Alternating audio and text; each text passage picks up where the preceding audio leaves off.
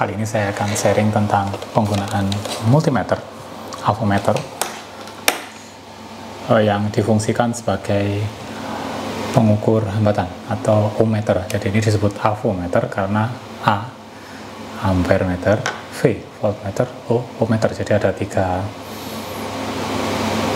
besaran yang bisa diukur oleh ini, dan dilalah sama-sama di elektronik. Jadi ini avometer. Ada juga yang sebenarnya ada untuk transistor juga, tapi sudah jamak dipanggil sebagai avometer. Baik, saya akan tunjukkan ini di kamera satunya ya. Ini set. Oke. Jadi avometer ini banyak skalanya karena memang digunakan untuk macam-macam. Jadi di sini kita lihat dari 2K, ada yang ini nolnya sama tapi di sana ada pas 2K nya, kemudian ada yang paling atas sendiri itu nolnya di sebelah kanan, sedangkan yang lain itu nolnya di sebelah kiri. Kita mulai dari awal. Dari jauh kita akan punya bentuk avometer seperti ini. Sebenarnya ini bermacam-macam, tidak hanya seperti ini bentuk avometernya, tetapi ini yang akan sering digunakan di fisika ya, di fisika UM nanti. Jadi ini jerawat. Iya ini juga. Oke, jadi ini kita punya selektor. Ada yang tidak ada off-nya kadang. Jika ada avometer yang tidak punya pilihan off, maka pastikan dia ada di AC, jadi mode AC di tegangan paling tinggi. Itu biasanya avometer klasik itu seperti itu. Jika tidak, maka ketika tidak sedang digunakan atau selesai digunakan, selalu pastikan di posisi off. Standar prosedur praktikum. Oke, baik. Kali ini kita akan menggunakan ohmmeter di daerah sini. Dari mana tahu itu ohmmeter? Karena ada lambangnya ini, ohm ya. Kemudian di sini sebenarnya ada yang lain, yaitu ampere meter untuk DC, jadi DC ampere meter, voltmeter untuk DC, dan ampere meter untuk AC, ACV di sana ya. Di sini ada DC value untuk ngecek baterai. Oke, baik, kita fokus ke sini.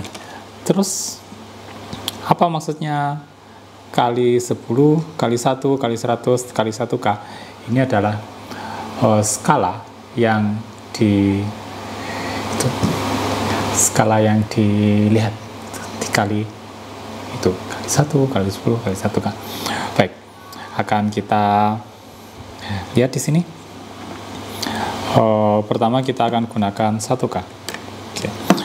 Cara menggunakan ohmmeter, langkah yang pertama kali harus dilakukan untuk ohmmeter adalah ini pegangannya nggak ada ya, saya nekat lagi.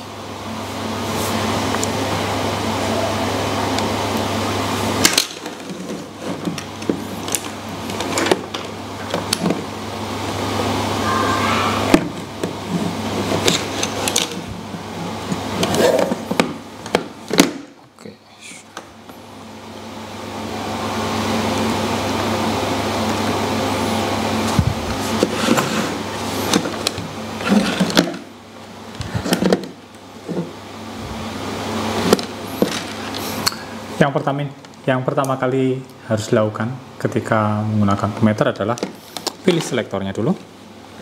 Kita ingin pengalihan berapa? Contoh misal saya pakai yang 1 kali 1, artinya jarum penunjuk ohmmeter yang paling atas itu ya nilai sesungguhnya, tidak dikali berapapun ya. Misal menunjuk 5 ya 5 ohm, 10 ya 10 ohm. Nah, yang harus dilakukan berikutnya setelah menentukan skala adalah hubungkan kedua jolok ini.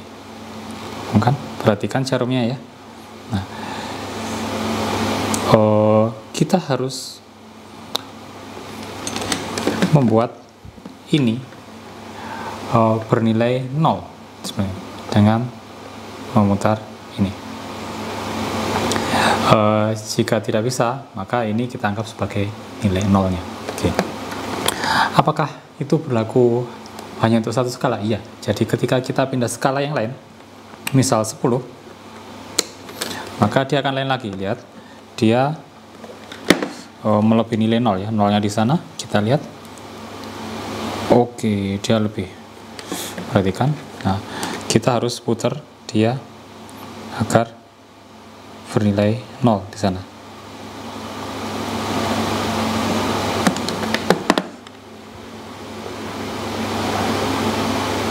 Oke, seperti itu. Ini namanya kalibrasi. Kenapa kalibrasi?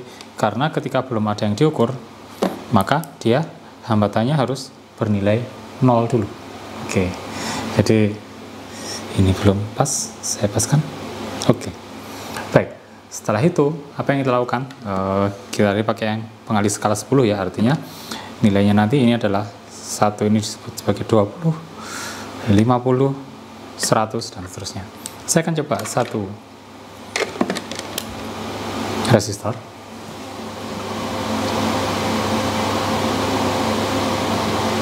Ups, bisa gak fokus? Tidak mau. Pakai triks. Oke. 680. Oke, kita akan gunakan itu. Kita lihat berapakah nilainya. Kalau di selektor 10, maka saya akan punya hambatan. Perhatikan di sini jarumnya ada di angka 6. Di situ ada 50, 60. Nah, oke, di situ di sekitar 650 ya. Kenapa? Karena di sini 50, 60. Oh ya, perhatikan bahwa di sini angkanya tidak, skalanya tidak linear ya. Perhatikan jarak antara 1 dan 2, 2 dan 5, 5 dan 10, 10 dan 20. Segini, 20 ke 30 lebih sempit lagi. Nah, 50 di sana 60, 65. Oke. Oke, seperti itu.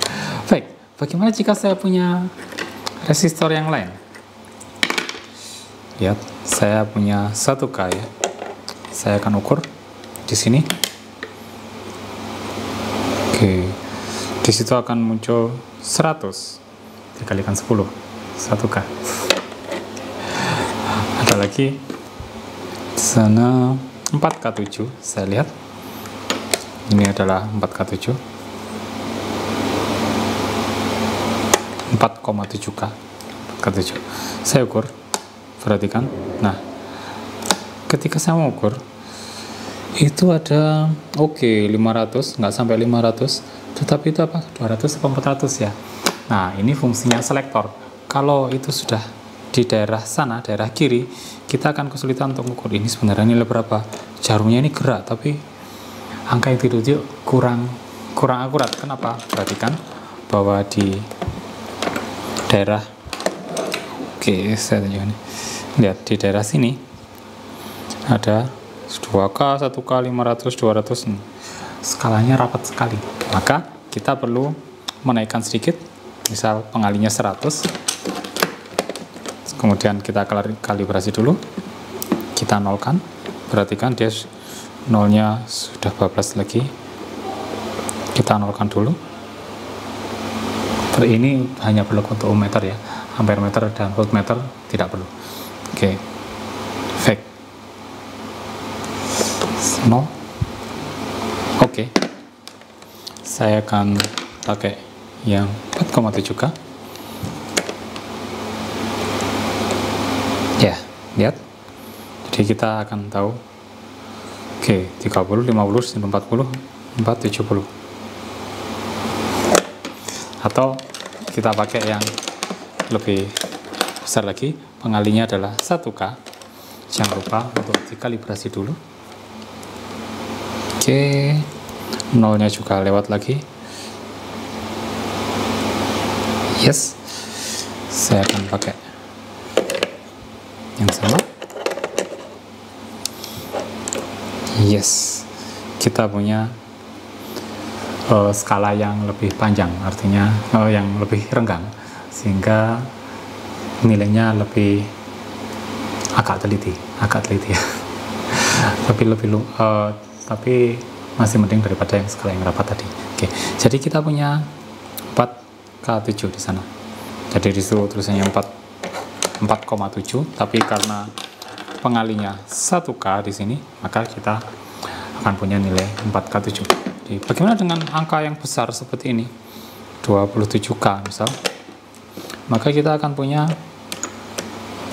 hasil ukur yang lumayan ya, 30. Jika selektor kita benar. Bayangkan jika kita menggunakan selektor, misal pengalinya 10 saja, misal seperti itu. Kalibrasi dulu, lihat ini enggak di 0, saya harus nolkan dulu.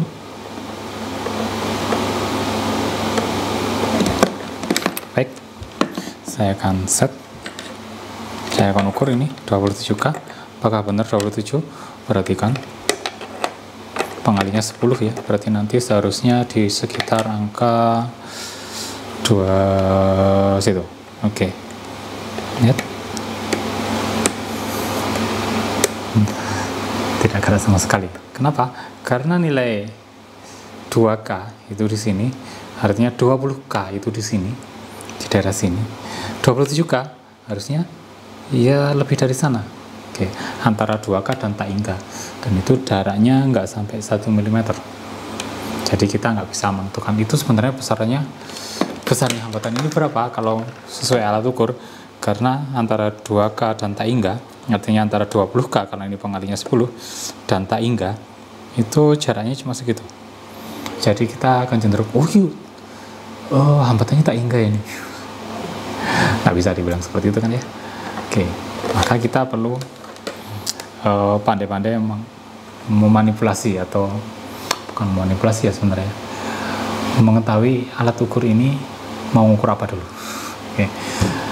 Skalanya berapa, cukup enggak.